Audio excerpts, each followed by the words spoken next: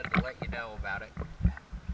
Your water line has been taking the longest it has for the whole boat. It's because of the white bottom paint and everything. Your water line is looking like this when I come out here. I am going to clean this up, but I do want to let you see it, and that's all around the boat. So this is what it looks like as best as I can to clean the water line.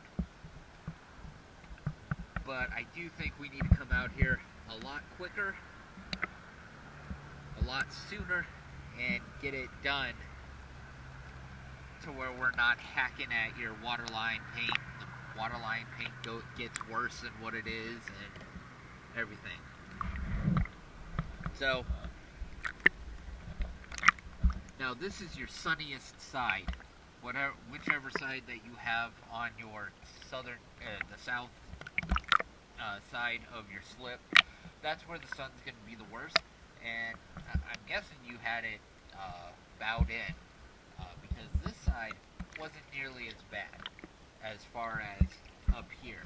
It still had a lot of that growth down here, but it was a little bit more manageable than that big shag carpet that you see over on the other side. So that's your water line. I do recommend more frequent visits. The next video is going to be a video of your hull.